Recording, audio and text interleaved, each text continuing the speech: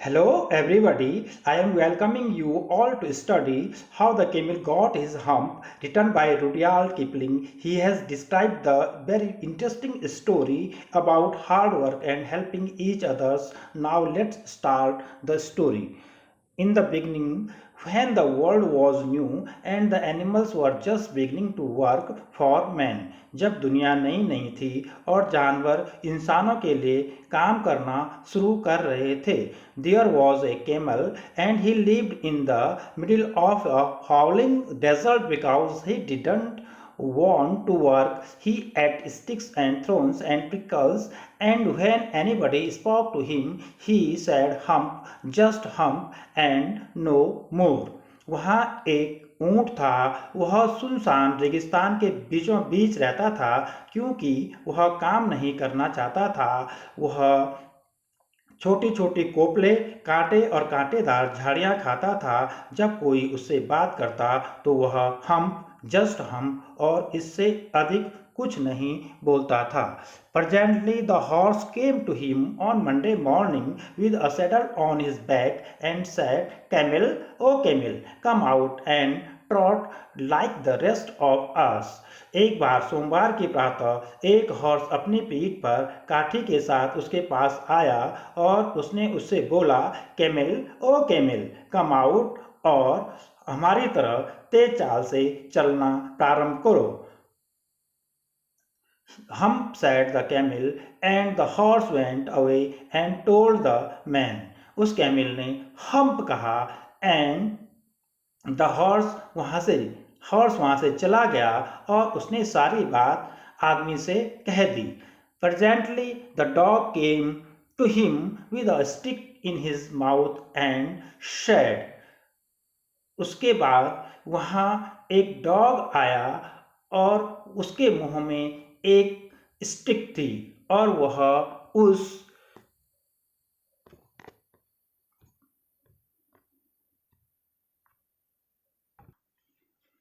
Camel o camel, come out and fetch and carry like the rest of us. वह उस camel से बोला कि आओ और लकड़ी उठाओ और इनको ले चलो, हमारी तरह तुम भी काम करो। हम said the camel and the dog went away and told the man.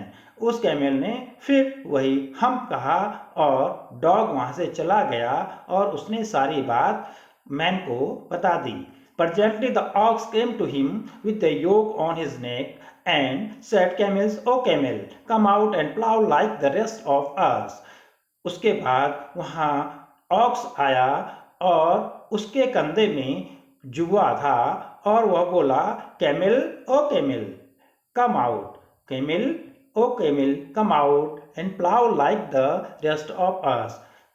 बाहर आओ और हमारी तरह से खेत को जोतो। हम सेड द कैमिल, कैमिल ने हम कहा and the ox went away and told the man. Ox वहां से चला गया और उसने सारी बात मैन से बता दी।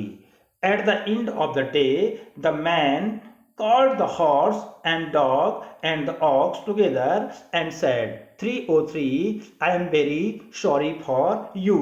दिन के अंत में आदमी ने घोड़े को, डॉग को और ऑक्स को एक साथ बुलाया और कहा, 303, I am very sorry for you. मैं बहुत दुखी हूं कि but that hump things in the desert can't work or he would have been here by now, so I am going to leave him alone and you must work double time to make up for it. कि रेगिस्तान में जो hump नाम key thing है वह काम नहीं कर सकती। She would have been here by now. यदि वह काम करना चाहता तो वह इस समय यहाँ पे मौजूद होता। So I am going to leave him alone. इसलिए मैं उसे alone छोड़ रहा हूँ। And you must work double time to make up for it. इसलिए तुमको जो है उस वर्क को मेकअप करने के लिए डबल टाइम वर्क करना चाहिए। That made the three very angry and they held a panchayat on the edge of desert and the camel came chewed and laughed at them. Then he said, "Hump," and went away again. Presently, there came along the jinn who was in charge of all desert, rolling in a cud dust. इस बात को सुनकर वह तीनों क्रोधित हुए और उन्होंने रेगिस्तान के किनारे पर पंचायत की और उस पंचायत में ऊंट भी कट को चुगान करते हुए आया और उन तीनों पर हंसा और फिर से हम्प कहा और वहां से चला गया। तब वहां डस्ट के क्लाउड के साथ जिन आया जो उस रेगिस्तान का इंचार्ज था। Jinn of all deserts, said the horse, "It is right for anyone to be idle." "Certainly not," said the Jinn. "Well," said the horse, "there a thing in the middle of your desert with a long neck and long legs, and he has not done a stalk of work since Monday morning. He won't trot."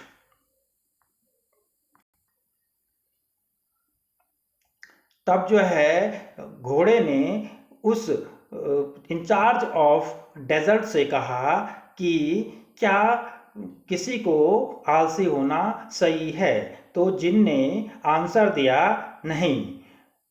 अच्छा, फिर horse ने जिनसे कहा कि there is thing in the middle of your desert with a long neck and long legs and he hasn't done a stalk of work since Monday morning.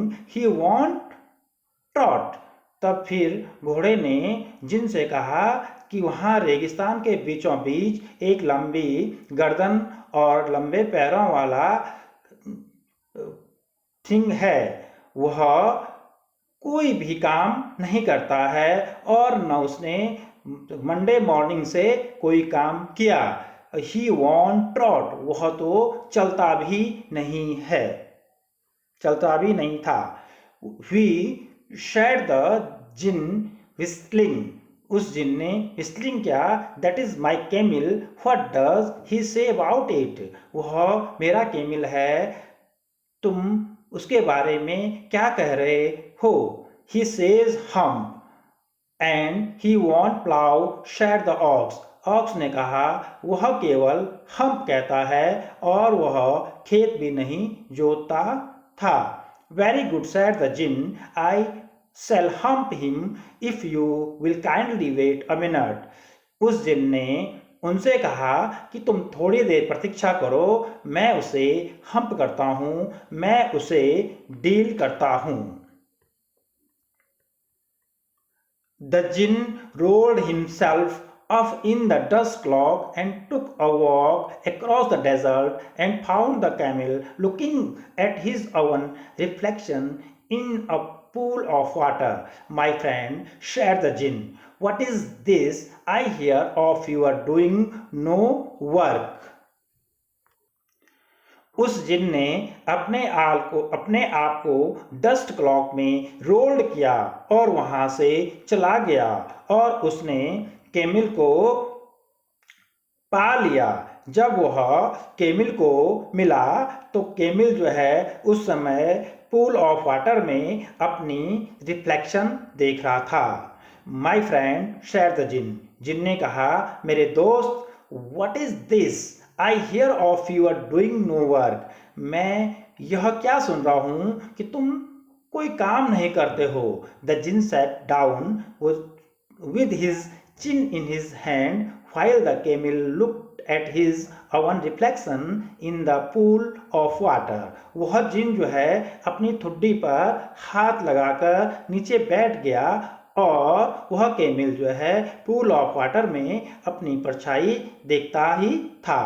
You have given the 3 extra work ever since Monday morning, all on account of your idleness, said the jinn, and he went on thinking with his chin in his hand.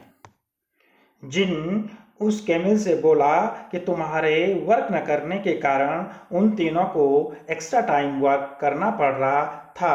यह कहकर उसने अपनी चिन्ह पर हाथ रखकर सोचने लगता था। फिर कैमिल कहता है हम। हाँ, जब जिन ने उस कैमिल से कहा कि तुमने मंडे मॉर्निंग से कोई काम नहीं किया जिससे कि उन तीनों को एक्स्ट्रा वर्क करना पड़ रहा था, और वह फिर उसने अपनी ठोड़ी पे हाथ रखा और फिर सोचने लगा।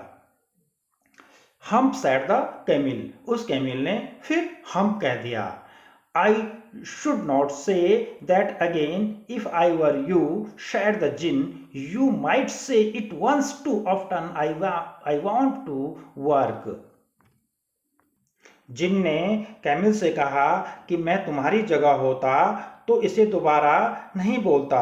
मैं चाहता हूं कि तुम्हें तुरंत काम पे जाना चाहिए और तुम्हें तुरंत काम करना चाहिए। And the camel said, hum again, but no sooner had he said it than he saw his back that he was so proud of puffing off into a great big hump. लेकिन उस camel ने फिर hump बोला और तुरंत थोड़ी देर बाद उसने देखा कि जिस कमर पर उसे इतना गर्व था, पपिंग ऑफ ग्रेट हम्प, उसकी कमर में एक ग्रेट हम्प बन गया। Do you see that? Do you see that हम, सैड द जिन, उस जिन ने कहा क्या तुम देखते हो कि यह तुम्हारा हम्प है? That is your very own hump that you have brought off upon your very own self by not working today. Is Thursday and you have done no work since Monday when the work began. Now you are going to work. हाँ, जिन ने कहा देखा यह तुम्हारा hump है क्योंकि तुम कुछ भी काम नहीं करते हो। आज थर्सडे है और तुमने मंडे से कोई भी काम नहीं किया है। तुम काम शुरू करो और तुम्हें काम करना चाहिए। How can I, said the camel, camel बोला मैं कैसे करूं? With this hump on my back, मेरे बैक पे तो हम्प है। That has a purpose, said the jinn, जिन ने कहा इसका भी पर्पज है। All because you missed those 3 days. You will be able to work now for 3 days without eating because you can live on your hump, and don't you ever say I never did anything for you. Come out of desert and go to the tree and behave. कि तुम 3 दिन बिना खाए पिए काम कर सकते हो और जिंदा रह सकते हो। तुम कहते थे कि मैंने तुम्हारे लिए कुछ नहीं किया है, मैंने तुम्हारे लिए कर दिया। रेगिस्तान से बाहर आओ और उन तीनों के साथ जाओ और काम करो और गुड बिहेव करो। And the camel went away to join the 3, and from that day to this the camel always wears a hump. We call it hump now not to hurt his feelings, but he has never yet caught up with the 3 days that he missed beginning of world, and he has never yet learn how to behave और वह camel उन तीनों को join करने के लिए चला गया और उस दिन से उसके बैक में वह हम्प जो है हमेशा है। हम उसे सम्मान से हम्प कहते हैं, जिससे कि उसकी फीलिंग्स हर्ट ना हो। आज तक भी वह उन 3 दिनों का काम पूरा नहीं कर पाया और नहीं अच्छा व्यवहार करना सीख, तो वह जो है आज भी गुड बिहेव करना नहीं सीख पाया। तो स्टूडेंट, ये आपका चैप्टर एंड होता है। यदि आपको ये वीडियो अच्छी लगी है तो लाइक, शेयर और चैनल को सब्सक्राइब करना न भूलें। Thank you so much.